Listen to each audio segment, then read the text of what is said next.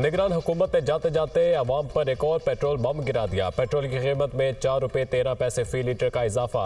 Petrol की नई कीमत 279 रुपये 75 पैसे हो गई। नोटिफिकेशन जारी। डीजल की कीमत 287 रुपये 33 पैसे फी लीटर बरकरार। कीमतों में इजाफे का इतलाक 12 बजते ही हो गया।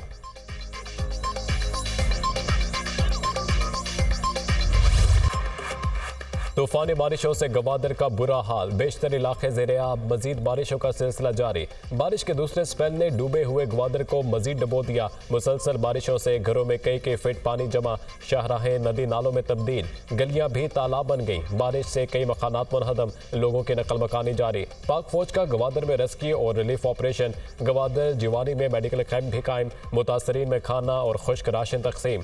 बलोचिस्तान के मुख्तलिफ अजला में बारिशों के नए सिलसिले का आगाज। सिबी, मस्तूंग, कलात, चाखी, चमन और दीगर अजला में भी शदीद बारिश। नदी नालों में तो ग़यानी आ गई। खारान में घर की छत गिर गई। मलबे तले दबकर बाप और 2 बच्चे दम तोड़ गए। बादल बरसने का सिलसिला 2 रोज तक जारी रहने की पेशगोई। आवरान, बारखान, सिबी, चाखी, नशक़ई, गवादर, तुरबत, वाशक, खारान में मजीद बारिशें मुतवक्के। ज़ियारत, यो, पशीन, चमन, दक्की, हरनाई, नौरालाई, कलात में भी मजीद बारिशों का इम्कान। महकमा तालीम बलोचिस्तान ने आज से 7 मार्च तक छुट्टियों का ऐलान कर दिया। सूबे भर के तमाम निजी और सरकारी स्कूल्स बंद रहेंगे। नोटिफिकेशन जारी।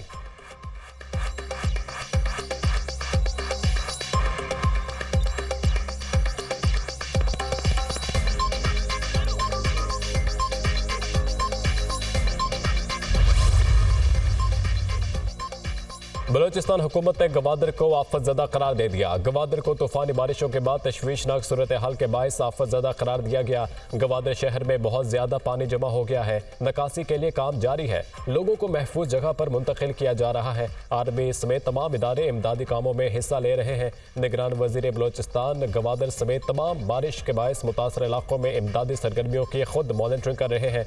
निगरान वज़ीर इत्तलात जान अचकज़ई की गुफ्तगू।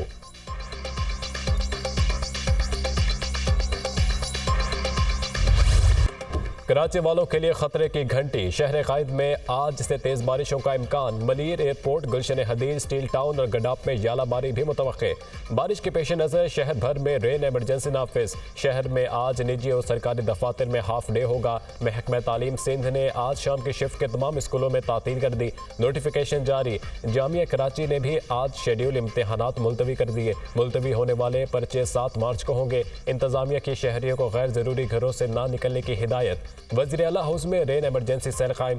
3 मार्च तक 24 घंटे काम करेगा। बारिश के पेश नज़र मुतल्लिक़ा इदारों की भरपूर तैयारी है। तमाम अमले की छुट्टियां मनसूख कर दी गई हैं। मेयर कराची मुर्तज़ा वहाब का बयान।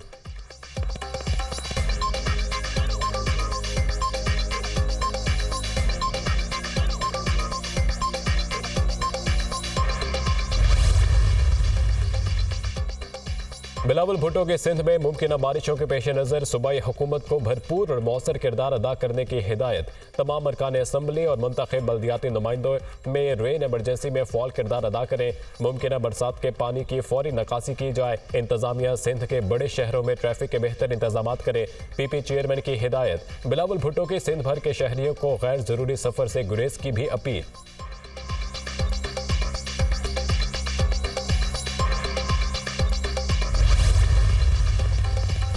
स्पीकर और डिप्टी स्पीकर कौमी असम्बली का इंतखाब आज होगा। स्पीकर के लिए मुस्लिम लीग नून के सरदार रियाज सादिक और सुन्नी इत्तेहाद काउंसिल के आमिर डोगर में मुकाबला।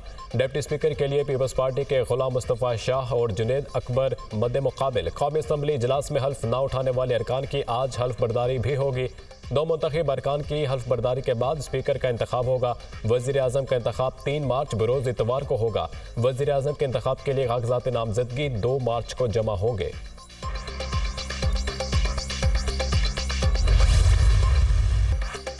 स्पीकर वज़ीर आज़म और सदर के इलेक्शन का हिस्सा नहीं होंगे। मौलाना फजलुर रहमान का इंतखाबी अमल के बाइकॉट। अपोजिशन में बैठने का ऐलान। वोट का हक इस्तेमाल नहीं करेंगे। अपोजिशन में बैठेंगे। इंशाअल्लाह आवाम की नुमाइंदगी हम करेंगे।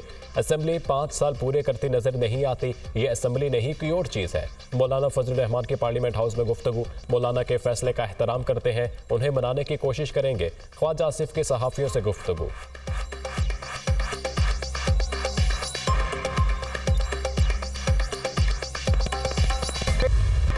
तहरीक इंसाफ की जमीयत उलमा इस्लाम से क़ुर्बतें बढ़ने लगी। असद कैसर, उमर अयूब, आमिर डोगर और दीगर रहनुमाओं की मौलाना फजलुर रहमान से उनकी रिहाइशगाह पर मुलाकात। मौजूदा सियासी सूरत हाल और आइंदा की हिकमत अमली पर मुशावरत। PTI ने वज़ीर आज़म, स्पीकर, डिप्टी स्पीकर के इंतखाब के लिए हिमायत मांग ली। मौलाना से वोट मांगने आया हूँ, वोट मांगना हमारा हक है। मुस्लिम लीग नून के साथ बातचीत नहीं कर रहे, वो धांधली का हिस्सा है। उमर अयूब की गुफ्तगू, हल्फ उठाने वालों की कोई हैसियत नहीं है। कल को ये लोग ओहदे लेंगे, दुनिया इनको कैसे मानेगी। फॉर्म 45 के मुताबिक जिसको मैंडेट मिला है उसे तस्लीम किया जाए। इलेक्शन में मुल्क की तारीख की बदतरीन धांधली हुई है। हम 1 पॉइंट एजेंडे पर काम कर रहे हैं। मुल्क में जमहूरी पार्लियामान का आगाज होना चाहिए। असद कैसर की मीडिया टॉक।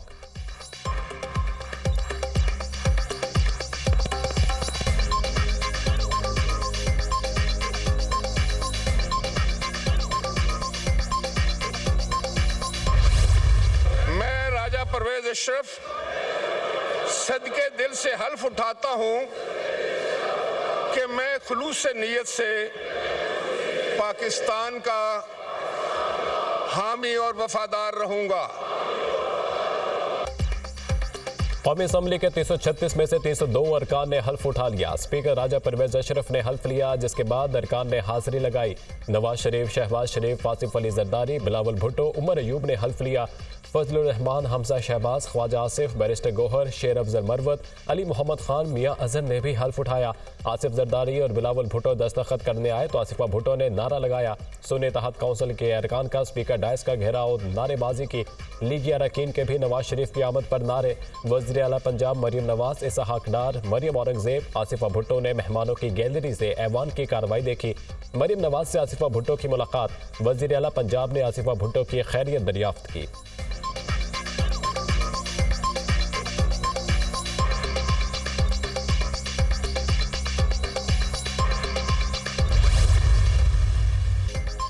कौमी असम्बली के इजलास में अरकान की गर्मा गर्मी, शोर शराबा। सुन्नी तहत काउंसिल के अरकान की ख्वाजा आसिफ की तकरीर के दौरान नारेबाजी।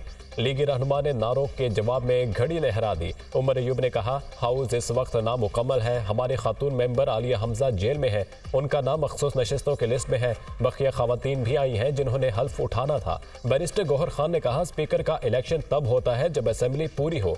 जब तक हमारे रिजर्व उम्मीदवार नहीं आते ये कार्रवाई मौखर होनी चाहिए।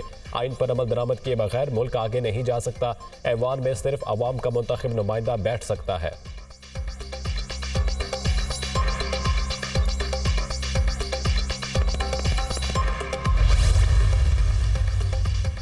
तहरीक इंसाफ के इंट्रा पार्टी इंतखाबात। Barrister Gohar chairman PTI, Omar Ayub बिला मुकाबला सेक्रेटरी जनरल मुंतखब। यास्मीन राशिद पंजाब के सदर, अली अमीन गंडापुर खैबर पख्तनख्वा के बिला मुकाबला सदर मुंतखब। हलीम आदिल शेख सिंध के बिला मुकाबला सदर बन गए। तमाम पैनल्स के सामने किसी भी उम्मीदवार ने कागजात नामजदगी जमा नहीं कराए। बलोचिस्तान में पार्टी की सदारत के लिए 3 उम्मीदवार मैदान में। पोलिंग 3 मार्च को होगी।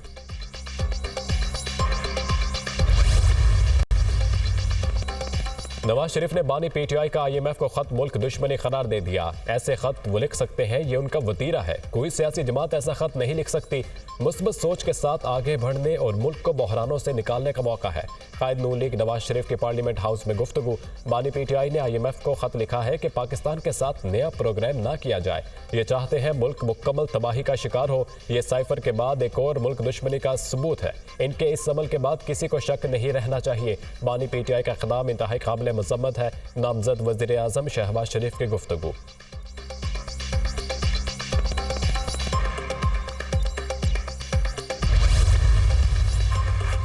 जमहूरियत जीत गई। जमहूरियत की राह में रोड़े अटकाने वालों को शिकस्त हुई। 9 मई की तरह मईशत को भी आग लगाने की कोशिश की जा रही है। 9 मई की तरह ये कोशिश भी नाकाम होगी। हमजा शहबाज की गुफ्तगू। अय्या सादिक ने कहा, सबको इकट्ठे बैठकर तलखियां दूर करने की जरूरत है। हुकूमत और अपोजिशन एक गाड़ी के 2 पहिए हैं। अता तारड़ बोले, काश मुखालिफिन IMF को खत में लिखते कि मैं कैदी हूँ और करप्शन केसेस में अंदर हूँ। PTI वालों को चाहिए अवाम की मुश्किलात को कम करने के लिए अपना काम करें। सदर इस्तेहकाम पाकिस्तान पार्टी अलीम खान।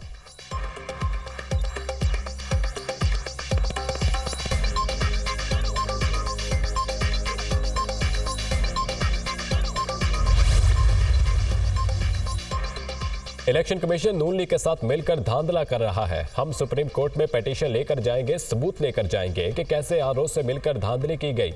आखिरी रात फॉर्म 47 के जरिए लोगों को जितवाया गया। मखसूस सीटें हमारा हक है। इलेक्शन कमीशन बहुत ज्यादती कर रहा है। IMF के प्रोग्राम को मशरूत तौर पर सपोर्ट किया था। IMF मुआहिदे से बिजली गैस बिलों में इजाफा होगा। PTI रहनुमा शुएब शाहीन की दीगर रहनुमाओं के हमरा अडियाला जेल के बाहर गुफ्तगू।